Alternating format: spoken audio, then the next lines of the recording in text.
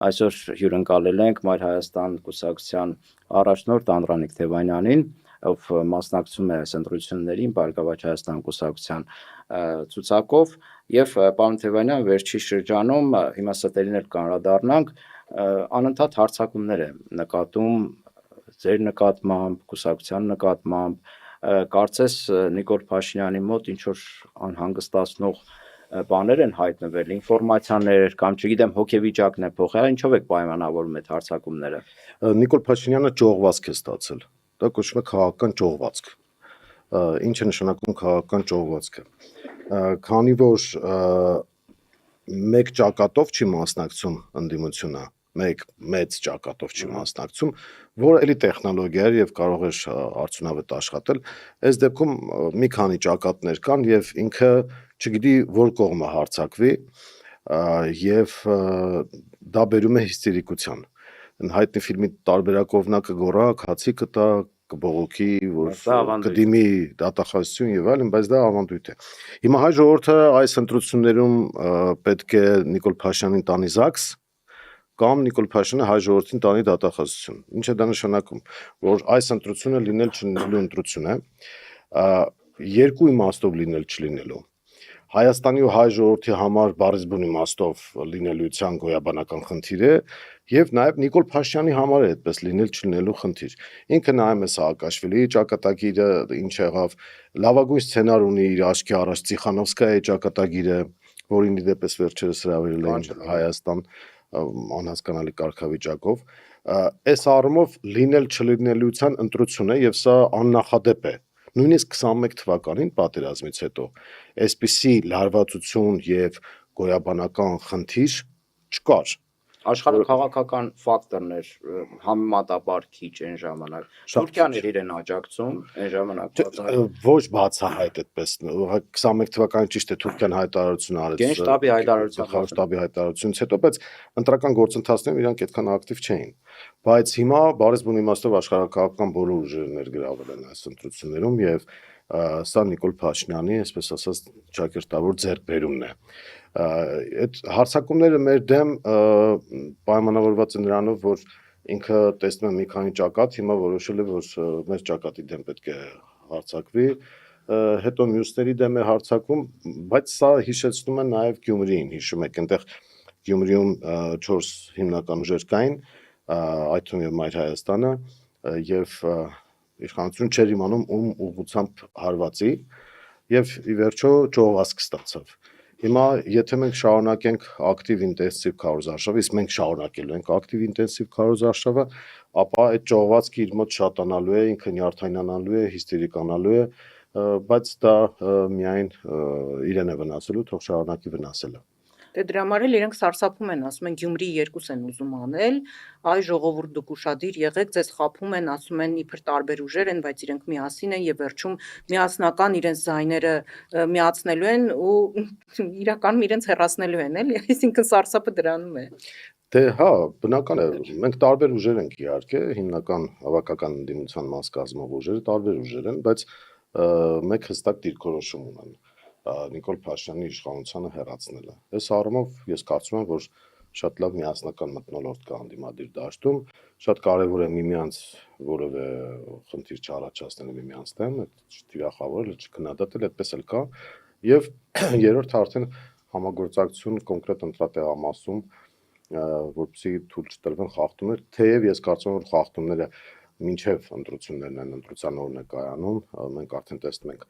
խայտարակցող վարչական ռեսուրսի չարաշահում իշխանության կողմից եւ տեսնում ենք նաեւ որ իշխանությունը աշխարհաքաղաքական է դարձրել այս ընտրությունը, որը վտանգավոր է Հայաստանի համար։ Ռուսաստանից մենք տեսնում ենք հայտարարությունները, Ֆրանսիան իր փոքրիկ Մակրոնով ներգրավված այս process-ում շատ ակտիվ քաղաքական գործընթացների մասնակից է Ալիևը, Էրդողանը այսպես պապայաբար Նիկոլի համար պապայաբար հետևում է ընտրություններին, բայց մենք պետք է առաջնորդվենք կոնսենսուս մինուս Նիկոլ Փաշինյան տարբերակով։ Պարոն Թևանյան, այդ աշխարհաքաղաքականի մասով տեսեք, նույնիսկ այն դեպքում, երբ Նիկոլ Փաշինյանը ոգով սրտով ամեն ինչով նվիրվել է Ալիևի ու Էրդողանի շահերը այստեղ ներկայացնելուն, սպասարկելուն, չգիտեմ ինչ անելուն, բայց այնտեղից փշրանքներ է ստանում։ Դա ինչով է պայմանավորված։ Օրինակ Թուրքիան շատ Շրանքներ ինչ նկատի ունեք։ օրինակ ասենք եթե սահմանը բացեին, էֆեկտ կլիներ, չէ՞։ Ինչ որ այդպես կիսա, այդպես նույնն է խոսքը, հա, ինչ որ երրորդ երկրից եկող ապրանքները կարող են նշվել մինչև Հայաստան։ Հիմա այդ փշրանքը դա է։ Այսինքն ակնկալում են, որ սահման կբացվի, հիմա իրենց տալիս են ինչ որ կոդի փոփոխություն, ինչ որ չգիտեմ որտեղ եւ այլն, եւ սրանք ուրախ ներկայացնում են, որ տեսեք, բանը ինչա տեղի ունի, կամ ասենք այդքան եվրոպացի այստեղ հավաքում էին, այդ կրկես այդ շոուն եւ այլն, ակնկալում էին, որ վիզաների ազատականացման հետ կապված գոնե ասենք կոնկրետ ժամկետ կնշեն, ասենք մի տարուց, 2 տարուց կամ մի ամսից, դա էլ չարեցին։ Չեն էլ անելու։ Այսինքն բոլոր առումներով գցնում է, շահերը իբր ստեղ ներկայացնում է, ոչ մի բան չկա դրա տակ, Հայաստանի համար, պետության համար, ժողովրդի։ Բայց Նիկոլ Փաշինյանի օրոք երբ է Հայաստանի համար ինչ-որ բան եղել։ Իր համար է եղել անձամբ, դրա համար կանչել էր Զելենսկիներին եւ այլն, համ իրեն են օգտագործում, համ ինքն է փորձում օգտագործել։ Փոխադարձ օգտագործման պայմաններում են տեղի ունենում Նիկոլ Փաշինյան ԵՄ գլոբալիստական թևի շփումներ հարաբերությունները փոխադարձ օգտագործման եւ միակողմանի նվաստացման պայմաններում են տեղի ունենում Նիկոլ Փաշինյան Ադրբեջան եւ Թուրքիա հարաբերությունները ու այս ընտրությունները իր առանձնահատկությամբ շատ նման է, ես չեմ ուզում վախեցնել, բայց պետք է ասեմ, որ շատ նման է Արցախում տեղի ունեցած վերջին նախագահական եւ խորհրդարանական ընտրություններին։ Չեք չափազանցնում, պարոն Թևանյան։ Բարդ բուն իմաստով նույն ընտրություններն են։ Մենք այն ժամանակ այսպես տագնապի շեփոր ենք հնչեցնում եւ ասում ենք, որ սա կարող է վերջին ընտրությունը դառնալ Արցախի համար։ Բայց ոչ մեկ չէ հավատում այնտեղ։ Այո, ցավոք սրտի այնքան չէին հավատում, որ նույնիսկ այդ զարգացումների օրերին չէին հավատում, որ կարող են Արցախը կորցնել կամ Արցախից կարող են դուրս գալ։ Դա քաղաքական վերնախավի խնդիրն է իհարկե, բայց այս ընտրությունները կարող են Նիկոլ Փաշինյանի վերարտադրության պարագայում դառնալ վերջինը Հայաստանի համար, եւ եթե արցախցիները տեղ ունեին գալու, ապա հայ ժողովուրդը տեղ չի ունենալու գնալու այդ առումով, եւ մենք կարող ենք 21-րդ դարում ականատեսը լինել այնպիսի զարգացումներին, որոնք կհիշեցնեն ցեղասպանային գործընթացներ։ Ես սա ոչ թե խտացած գույներով, այլ շատ ավելի մեղմ տարբերակով եմ ներկայացնում։ Իրականում Նիկոլ Փաշինյանը աշխարհաքաղաքական զոհասեղանին է դրել Հայաստանը, հանուն իր կաշվի փրկության, եւ հիմա անում է քայլեր, որոնք բացարձակապես չեն բխում Հայաստանի Հանրապետության շահից։ Օրինակ մեզ ինչ պետք է, որ մենք Ռուսաստանի դեմ պատերազմ մղենք, լինի դա տնտեսական, դիվանագիտական կամ այլ տիպի։ Մենք երբեք Ռուսաստանի հետ նման խայտառակ հարաբերություններ չենք ունեցել եւ սրա մեղավոր Նիկոլ Փաշինյանն է։ Տեսեք, մենք ունենք ողերում հարևաններ, այսպես ասած։ Փաստացի Նիկոլ Փաշինյանը մեզ զրկում է դաշնակիցներից։ Ակնհայտ է, որ Ռուսաստանի հետ հարաբերությունների խզումը բերել է նրան, որ ռուսական ռազմաբազան դուրս գա Գյումրիից։ Հենց դուրս եկան հաջորդ օրը Թուրքիա մտնելու է։ Ուղիղ Գյումրի, Ախուրյան եւ այլն, ինչպես որ նախկինում ենք տեսել ենք պատմության ընթացքում։ Մտնելու են Սյունիք, մտնելու են Վարդենիս, մտնելու են Տավուշ, բոլոր ուղղություններով մտնելու են եւ որևէ մեկը չի կանգնեցնելու, եթե մենք այդ հարաբերությունները փչացրեցինք։ Բայց վտանգի զգացողությունը կա ժողովրդի մոտ, որովհետեւ օրինակ չեմ ասում բոլորի, շատ կարող է շատ քիչ հատվածներ, որ ասում են տեսեք այդ իր քայլերը, Պուտինի հետ խոսելը, չգիտեմ ռուսներին այսպիսի բաներ ասելը, դա Հայաստանի ինքնիշխանության բարձրացման ցուցիչներից է։ Ավելի ցածր մակարդակ ինքնիշխանության մենք երբեք չենք ունեցել։ Պուտինի հետ այդ խոսելուց հայ ժողովուրդը ոչինչ չի շահում։ Կայսրությունները, ինչպիսիք են նաև Ռուսաստանը, իրենք ունեն հետևյալ հատկանիշները, անոնց ռուսական տերությունը, իրենք կարող են հանդուրժել, արջպես իրենց բան եւ վերջում անսպասելի առանց դեմքի միմիկան շարժելու այնպեսի քայլ անեն, որ մենք դրանից դուրս ենք, չեմ ասում որ Ռուսաստանը կհարձակվի։ Ռուսաստանը երբեք պատմության ընթացքում հայ-ռուսական պատերազմ չի եղել եւ սա աննախադեպ երևույթ է ընդհանրապես ռուս-վրացական եղել է, ռուս-թուրքական եղել է, բայց հայ-ռուսական պատերազմ չի եղել եւ այդ առումով իրենք որևէ քայլ չեն անում, բայց իրենք էլ իրենց, այսպես ասած, պատկերացումներն ունեն, որ ինչի պետք է մենք հանդուրժենք հայկական Զելենսկուն։ Իսկ Նիկոլ Փաշինյանը հայկական Զելենսկին է։ Այդ առումով հայտարարություն էր իհարկե մայիսի 9-ի հետ կապված Զելենսկու հայտարարությունը, որը Երևանից հնչեց եւ դա անարգանք էր նաեւ մեր բոլոր հերոսների հիշատակին, մեր պապերի, եւ այս առումով Ռուսաստանը կարող է ուղղակի տնտեսական իր գործողությունները անել, որից Ռուսաստանն չի շահելու իդեպ ասը, որովհետեւ իրենք կարող են կորցնել հարավային Կովկասը, բայց հիմա մենք գիտեք հայկական քաղաքական միտքը միշտ է եղել, որ մենք ուրիշներին բացատրել ենք իրենց շահը։ Եվ ասենք, որ այ եթե մեզ վատ լինի, ձեզ էլ վատ կլինի, բայց մարդիկ տեսնեն, որ եթե մեզ վատ է լինում, ապա դա ցեղասպանություն է դառնում, ուրիշները իրենց հարցերը կլուծեն, Ռուսաստանը թող ինքը իր դարդերով տապակվի, մենք մեր դարդն ենք, եւ մեր շահերից բխում է, որ մենք Ռուսաստանի հետ նորմալ հարաբերություններ ունենանք եւ կարողանանք